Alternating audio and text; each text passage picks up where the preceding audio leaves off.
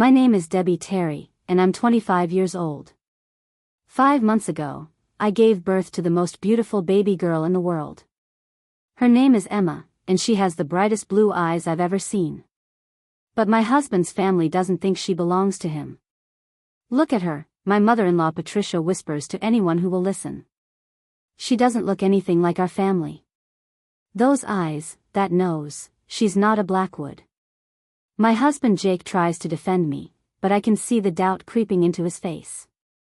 His sister Amanda rolls her eyes whenever I enter the room. His father Harold won't even hold Emma. The worst part? They're demanding a paternity test. They think I cheated on Jake during our marriage. They think my precious daughter isn't his. But I know the truth. And soon, they'll wish they had never questioned me. If you like our revenge stories, please subscribe for more. We drop powerful news stories every week, filled with truth, emotion, and justice.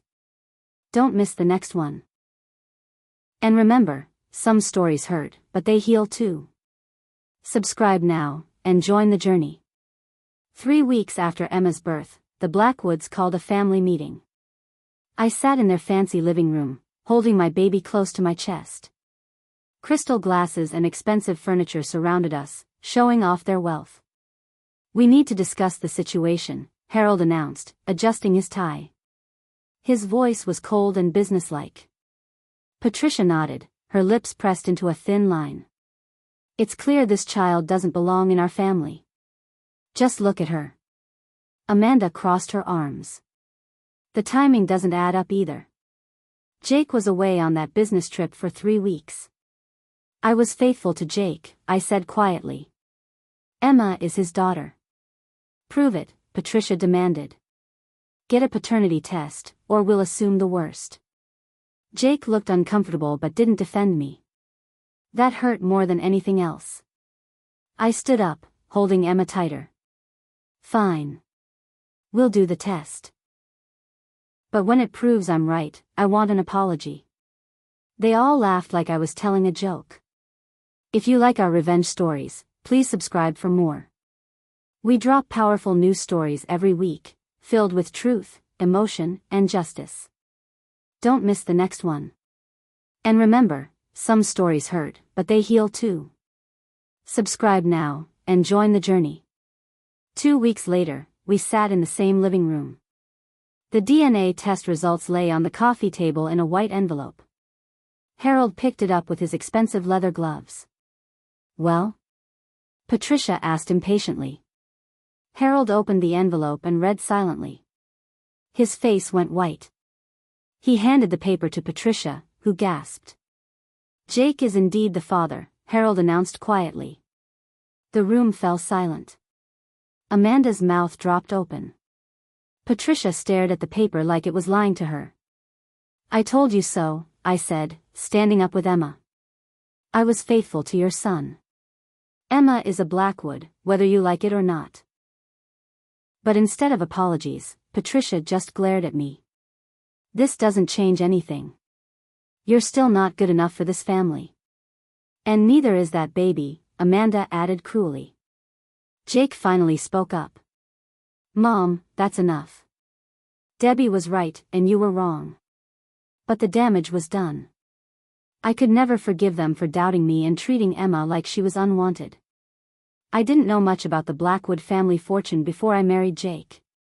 He never talked about money, and I loved him for who he was, not what he had. But living with his family taught me the truth. The Blackwoods owned 3 successful companies worth millions of dollars. Harold had built an empire from nothing, and he was proud of his legacy. Everything will go to Jake someday, Patricia often said. He's our only son, our only heir. Amanda had 2 daughters, but Harold believed strongly that the family business should pass to males. It was an old-fashioned idea, but he refused to change his mind. Boys carry on the family name, he would say. Girls get married and become someone else's responsibility. What they didn't know was that Emma would change everything. The baby they rejected, the child they said wasn't a real Blackwood, would become the most important person in their lives. But first, I had to survive what came next. After the paternity test proved Jake was Emma's father, I hoped things would get better. Instead, they got worse. Patricia made it clear I wasn't welcome at family dinners anymore. "We have business to discuss," she would say. "It's not appropriate for outsiders." Amanda wouldn't let her daughters play with Emma. "I don't want them catching anything," she whispered to her friends. Harold acted like Emma and I were invisible. When we entered a room, he would leave. When Jake tried to include us in conversations, his father would change the subject. The worst part was watching Jake struggle between his family and his wife and daughter. He loved us, but he also loved them. The pressure was tearing him apart. "Maybe we should move out," I suggested one night as we lay in bed. "Where would we go?" Jake asked sadly. "I work for the family business. We can't afford to live anywhere else." I felt trapped, but I kept hoping things would change. "I need to tell you about my life before I met Jake. I wasn't born into money like the Blackwoods. My mom raised me alone after my dad left when I was 3 years old. We lived in a small apartment above a grocery store. Mom worked 2 jobs to pay the bills, cleaning offices at night and serving coffee during the day. Money was always tight, but we were happy. I was a good student and earned a scholarship to community college. That's where I met Jake in my business class. He was handsome and kind, nothing like the rich boys who usually ignored girls like me. We dated for 2 years before he proposed. I knew his family had money, but I didn't care. I loved Jake, not his bank account. "You're so different from the girls I grew up with," he told me. "You're real." When he brought me home to meet his parents, I wore my best dress and practiced my manners. But it didn't matter. They saw right through me. Jake and I got married despite his family's disapproval. Patricia wanted him to marry someone from their social circle, a girl with the right background and connections. "What about Victoria Hamilton?" she suggested constantly. "Her father owns half the city. That would be a smart match." But Jake chose me instead. The wedding was small and simple. I couldn't afford a fancy dress or expensive flowers. My mom and a few friends came from my side. The Blackwood side of the church was packed with relatives who looked at me like I was some kind of mistake. During the ceremony, Patricia cried, but not happy tears. She looked like she was attending a funeral. Amanda gave the coldest congratulations speech I'd ever heard. "Welcome to the family, Debbi. I hope you know what you're getting into." Harold shook Jake's hand but barely looked at me. "Your choice," was all he said. On what should have been the happiest day of my life, I felt like an unwelcome stranger. After the wedding, Jake and I moved into the Blackwood family mansion. It was huge, 15 rooms, a swimming pool, and gardens that stretched for acres. "This is temporary," Jake promised. "Just until we can afford our own place."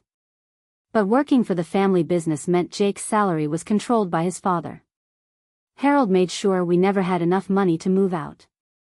My room was in the West Wing, far from the family's main living areas. Patricia made it clear this was intentional. "You need privacy for the baby," she said with fake sweetness. "This way, if she cries at night, she won't disturb anyone important." I spent most of my time alone with Emma. The house felt like a beautiful prison. Expensive furniture and art surrounded us, but I couldn't touch anything without getting dirty looks. The maids were polite but distant. They took orders from Patricia, not from me. Every day, I felt more isolated and unwanted in what was supposed to be my home. When Emma turned 1, I wanted to throw her a birthday party. She was walking now and babbling constantly. Her personality was starting to show. She was curious and fearless, just like her father. "Can we have a party in the garden?" I asked Patricia. "I suppose," she replied coldly. "But keep it small. We don't want the neighbors talking." I invited a few moms I'd met at the park with their children. I baked Emma's cake myself and decorated with balloons from the dollar store. The Blackwood family attended, but they sat apart from my friends. Harold checked his watch constantly. Amanda complained about the cheap decorations to anyone who would listen. When it came time for Emma to blow out her candle, Patricia stepped forward. "Let me help her," she said loudly, making sure everyone could see her being the helpful grandmother. But during the whole party, she barely looked at Emma. It was all for show. Later, I found the expensive gifts they'd bought stuffed in a closet, forgotten. When Emma was 18 months old, she got sick with a fever that wouldn't break. Jake and I rushed her to the emergency room, terrified something serious was wrong. The doctor, an older man named Dr. Phillips, examined Emma carefully. He asked lots of questions about our family medical history. "Has anyone in your family had blood clotting disorders?" he asked Jake. "I don't think so," Jake replied. "Why?" Dr. Phillips showed us Emma's blood test results. She has a rare genetic condition called Factor V Leiden. It's inherited, which means it comes from her parents. He explained that this condition could cause dangerous blood clots later in life, but with proper medication, Emma would live a normal, healthy life. The interesting thing, Dr. Phillips continued, is that this condition is very rare. Only certain families carry the gene. Jake looked confused. What does that mean?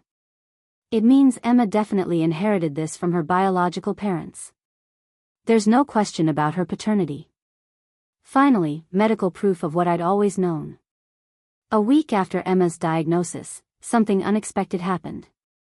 Harold came to visit us in our wing of the house. He looked older and more tired than usual. "I need to speak with you privately," he told me. Jake was at work, so it was just Emma and me. Harold sat down heavily in my small living room chair. "Dr. Phillips called me," he began. "About Emma's condition." I waited, holding Emma on my lap. She was feeling better now and was playing with her favorite stuffed animal. "Factor V Leiden," Harold said slowly. "I know about it because I have it too." My eyes widened in surprise. "You do?" "I've been taking blood thinners for 20 years, he admitted. "Jake doesn't know. Patricia doesn't know. I never told anyone because I didn't want them to worry." He looked at Emma with new eyes. "She inherited it from me, through Jake. There's no question she's my granddaughter." For the first time since I'd known him, Harold's voice was gentle when he spoke about Emma. "I owe you an apology, Debbi. We treated you terribly." Harold may have realized his mistake, but Patricia wasn't ready to admit she was wrong. Even after learning about Emma's genetic condition, she continued to treat us coldly. "So what if she has Jake's blood disorder?"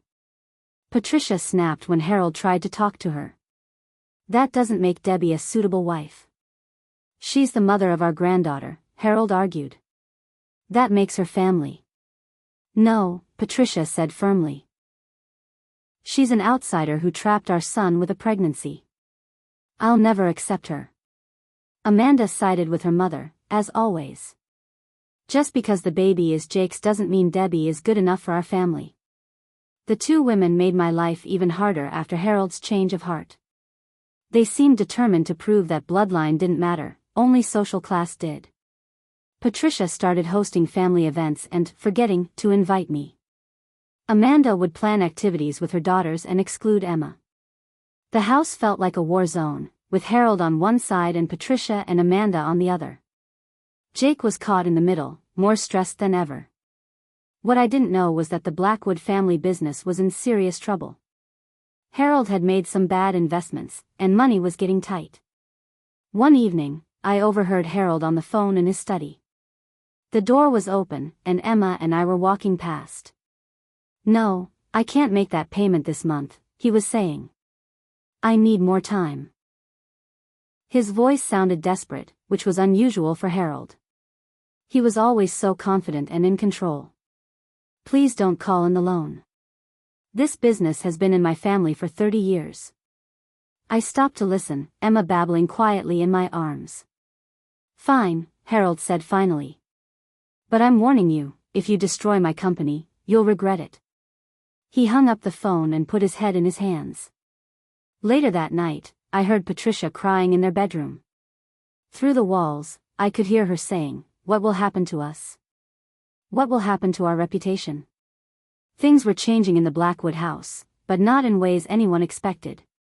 While I was dealing with family rejection, Amanda was having her own problems. Her marriage to wealthy lawyer Thomas Pierce was falling apart. At first, I didn't pay much attention to her personal drama. Amanda had always been mean to me, so I didn't feel sorry for her. But Emma was 2 years old now, and she was starting to understand family relationships. She would ask why Amanda's daughters couldn't play with her. "Mama, why is Aunt Amanda always angry?" Emma asked one day in her sweet little voice. Before I could answer, Amanda appeared in the doorway. She looked terrible, her hair was messy, and her expensive clothes were wrinkled. "Because my husband is cheating on me with his secretary," Amanda said bitterly. "And he wants half of everything in the divorce." She looked at Emma with jealousy. "At least your mommy caught a faithful man. Even if he is too weak to stand up to his family." It was the first time Amanda had ever spoken to me directly about our situation. Her pain made her honest. Harold's health started declining rapidly when Emma turned 3. The stress of the business problems and family conflicts was taking its toll on his heart.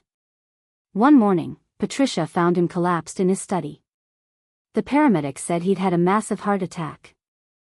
Harold survived but was hospitalized for weeks. When he came home, he was weak and tired all the time. The doctor said his heart was severely damaged. "I need to update my will," he told Jake and me one afternoon. "Things have changed, and I want to make sure everything is in order." Patricia was furious. "What needs to change?" "Jake is your heir, just like always." But Harold looked at Emma, who was playing quietly with her blocks on the floor. "Jake might not be my only heir much longer." The lawyer came to the house the next week. Harold insisted that Jake, Patricia, Amanda, and I all be present for the will reading. "This is highly unusual," Patricia complained. "Family business should stay private." Harold ignored her protests. The lawyer opened his briefcase and began to read. The lawyer's words changed everything we thought we knew about the Blackwood family. Harold Blackwood leaves the entirety of his business empire and personal fortune to his biological heirs, in order of generation and bloodline priority. Patricia smiled smugly. "That's Jake, of course." But the lawyer continued reading. "In the event that Jake Blackwood dies without male heirs, the inheritance passes to his children, regardless of gender." Amanda frowned. "What does that mean?" Harold spoke up from his wheelchair. "It means Emma is Jake's heir. If something happens to Jake, everything goes to her." The room fell silent. Patricia's face went white. Amanda's mouth dropped open. "You can't be serious," Patricia whispered. "I had the will changed after Emma's diagnosis," Harold explained. "She carries my blood, my genetic condition, my legacy. She's a true Blackwood." Jake looked shocked. He'd never expected Emma to inherit anything. "But she's just a baby," Amanda protested. "She's my granddaughter," Harold said firmly. "And now she's my heir." Patricia completely lost control when she heard about the will change. She started screaming at Harold in front of everyone. "You cannot give our fortune to that child," she yelled. "She's 3 years old. What does she know about business?" "She'll learn," Harold replied calmly. "Just like Jake did. Just like I did." Patricia turned on me with fury in her eyes. "This is all your fault. You poisoned his mind against his own family." "I didn't even know about the will," I said truthfully. This was Harold's decision. Amanda was crying now. "What about my daughters?" "They're Blackwoods too." "They're Pierces," Harold corrected. "They carry their father's name, not mine." Patricia paced back and forth, her expensive heels clicking on the marble floor. "I won't allow this. I'll fight it in court." "The will is legal," the lawyer assured her. Mr. Blackwood was of sound mind when he made these changes. Harold looked tired but determined. "Emma is my heir. That's final. For the first time since I'd married Jake, I felt like Emma and I truly belonged in this family. After learning about Emma's inheritance, Amanda became desperate to get back into her father's good graces. She started visiting every day, bringing gifts for Emma and trying to act like a loving aunt. "Look what Aunt Amanda brought you," she would say in a fake sweet voice, presenting expensive toys that Emma was too young to appreciate. Emma, being only 3, was confused by the sudden attention. She would hide behind my legs when Amanda tried to hug her. "She's shy," I explained, but Amanda's smile was strained. "She needs to get used to family," Amanda replied. "We'll be spending a lot more time together now." Amanda also started complimenting me, which felt strange after years of insults. "Your hair looks lovely today, Debbi," she would say. Or, "You're such a good mother to Emma." It was obvious what she was doing. Amanda hoped that if she was nice to me, I would influence Emma to share her inheritance later. But I remembered every cruel word Amanda had spoken about my daughter. Forgiveness wouldn't come easily. Harold's health was getting worse, and the family business was struggling without his full attention. Jake was trying his best to manage things, but he didn't have his father's experience or connections. "We're losing clients every week," Jake told me one night. "The bank is threatening to foreclose on the main office building." Patricia was panicking about their lifestyle. "We might have to sell the house," she whispered to her friends, humiliated by the possibility. Amanda's divorce had left her with very little money, so she moved back into the mansion with her 2 daughters. The house was crowded and tense. "This is all temporary," Amanda kept saying, but everyone knew she had nowhere else to go. Meanwhile, Emma was growing into a smart, confident little girl. She didn't understand money or inheritance, but she knew she was loved by her parents and grandfather. "Grandpa Harold tells the best stories," she would say, climbing onto his lap despite his frailty. Harold smiled more when Emma was around. She was the bright spot in his increasingly difficult life. Harold's heart condition worsened rapidly over the next few months. The doctors said there was nothing more they could do except try to keep him comfortable. During his final weeks, Harold spent most of his time with Emma. They would sit in the garden together, him in his wheelchair and her playing. Harold would smile and explain things in simple terms. "Someday, this will all be yours to take care of. You'll need to be very smart and very kind." Patricia and Amanda watched these conversations with obvious frustration, but they didn't dare interrupt. Harold had made his wishes clear. Jake was grieving for his father and worried about the family's future. The business was failing, debts were mounting, and everyone was depending on him to fix everything. "I don't know how to save the company," he admitted to me one night. "Dad made it look so easy." 3 days later, Harold passed away peacefully in his sleep. Harold's funeral was a huge event. Business associates, political figures, and society people filled the church to pay their respects. Many of them were curious about the family's financial situation. Emma, now 4 years old, didn't fully understand that Grandpa Harold wouldn't be coming back. She kept asking when we would visit him again. After the funeral, the lawyer gathered the family for the official will reading. The document confirmed what we already knew: Emma was Harold's primary heir.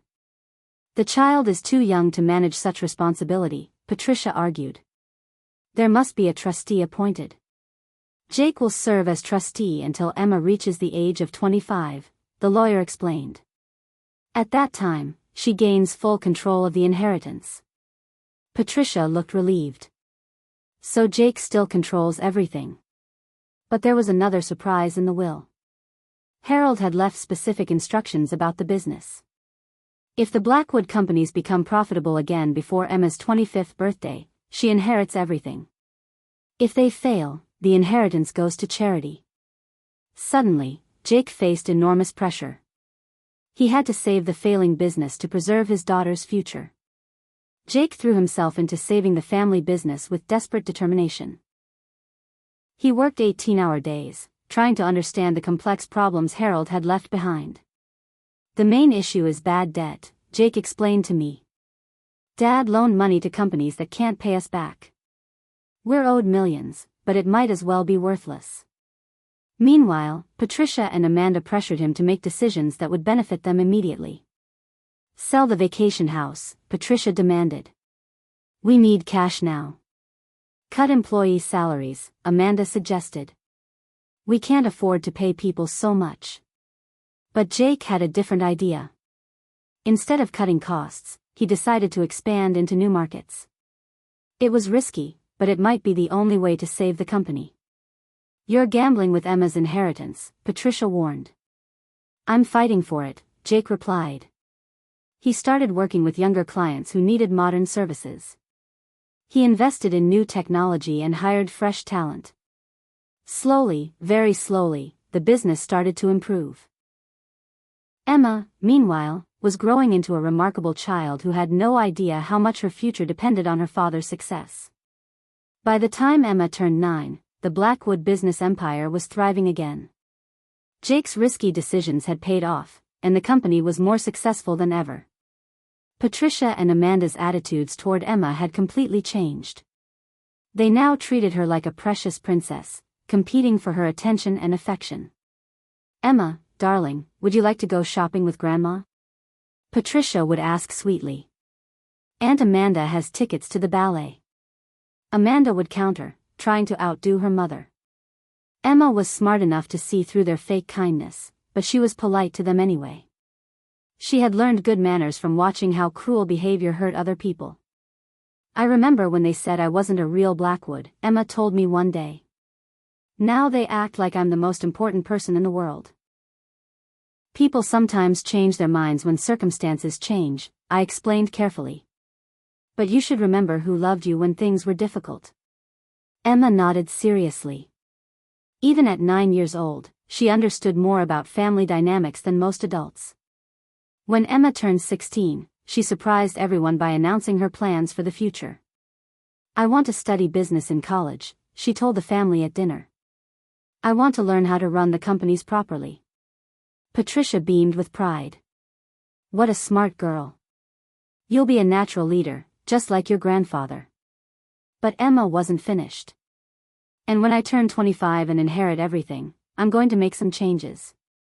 She looked directly at Patricia and Amanda. I remember how you treated my mother and me when I was little. You said I wasn't a real Blackwood. You made us feel unwelcome in our own home. The room went quiet. Patricia's smile faded. That was a long time ago, Amanda said nervously. We were just protecting the family. No, Emma said firmly. You were cruel to a mother and her baby. I won't forget that. She turned to me with love in her eyes. My mom worked hard to take care of me, even when you made her life difficult. She deserves respect. Jake reached over and squeezed my hand proudly. On Emma's 25th birthday, she officially inherited the Blackwood fortune. By then, she had graduated from business school with honors and had been working in the family company for 3 years. Her first official act as owner was to promote me to vice president of operations, a position I had earned through years of quietly learning the business. My mother has been underestimated by this family for too long, Emma announced at the company meeting. She's one of the smartest people I know. Patricia and Amanda could only watch as Emma restructured everything. She moved us into our own wing of the mansion and gave us equal status in all family decisions. Emma also established a charity foundation in Harold's name, remembering his final lessons about kindness and responsibility. Grandpa Harold taught me that money isn't just about having things, Emma explained. It's about taking care of people and making the world better. As I watched my daughter take control of her inheritance, I realized something important. The people who had once called her not a real Blackwood had been wrong about everything. Emma wasn't just a Blackwood, she was the best Blackwood of them all. If this story moved you, don't forget to like the video, subscribe for more powerful narratives, and share your thoughts in the comments. We'd love to hear what part hit you the hardest. Thanks for watching.